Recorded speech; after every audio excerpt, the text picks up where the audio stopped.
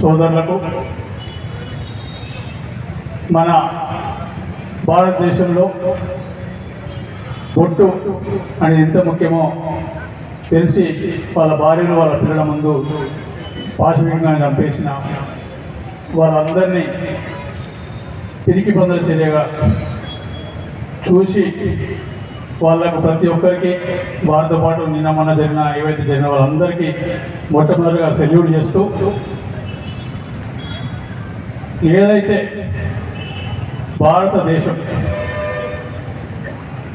మన దేశం అనేది భిన్నత్వంలో ఏకత్వం యూనిటీ ఇన్ డైవర్సిటీ అని మన రాజ్యాంగం రాసుకున్నది. భారతదేశం అందరూ ఏమనుకుంటున్నారంటే వీళ్ళు ఏదైనా భరిస్తారు, టాలరెన్స్ ఎక్కువ అనేది ఉన్నది. టాలరెన్స్ ఎక్కువ అంటే శాతగానంలో కాదు. దాని అర్థం ఏంటంటే సాధ్యమైనంత వరకు సమస్యను చర్చ ద్వారా పరిష్కరించుకొని ఏ నష్టం లేకుండా చూసుకుందాం కదా ఆలోచన. ఎప్పుడైతే భారతదేశ సార్వభౌమత్వాన్ని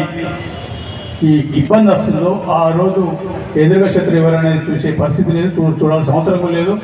దానికి 15 రోజులు సమయం తీసుకున్నా కూడా ఈరోజు మొన్న 7 తారీఖు రాత్రి ఇద్దరు కళ్యాణ్ సోఫియా కానీ లేకపోతే వింగ్ కమాండర్ సింగ్ ఇద్దరు మహిళలు మొత్తం ఆపరేషన్లో పాల్గొని మన టార్గెట్స్ కూడా పూర్తిగా జనం మీద కానీ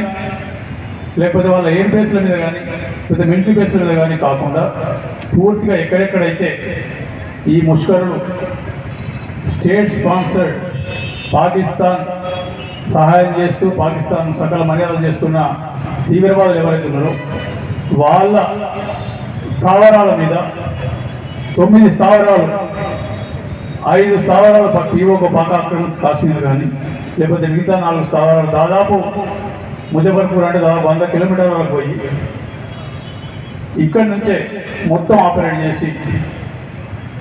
ఏదైతే S-400 సుదర్శన చక్రం అంటున్నామో దానికన్నా ముందు సింధూర్ అనే ఆయుధాలతోటి ఒక రూపాయి నష్టం కానీ జన నష్టం కానీ ఏ నష్టం భారతదేశానికి జరగకుండా 15 రోజులు ఆలోచించి పూర్తిగా వాటి మీద కేంద్రీకృతం చేసి దాదాపు గడిచిన 75 సంవత్సరాల నుంచి ఏదైతే భారతదేశానికి కఠిన కుట్టు లేకుండా చేసి చెప్పులో రాయిగా ఉన్న భారతదేశాన్ని మన పాకిస్తాన్కు వాళ్ళు మన దేశంతో ఏ రోజు కూడా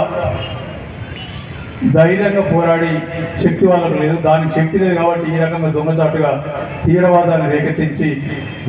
దొడ్డిదారి ద్వారా వాళ్ళని పంపించి ఇక్కడ చాలా రకమైన సమస్యలు ప్రత్యేకించడం ఇలా కాదు.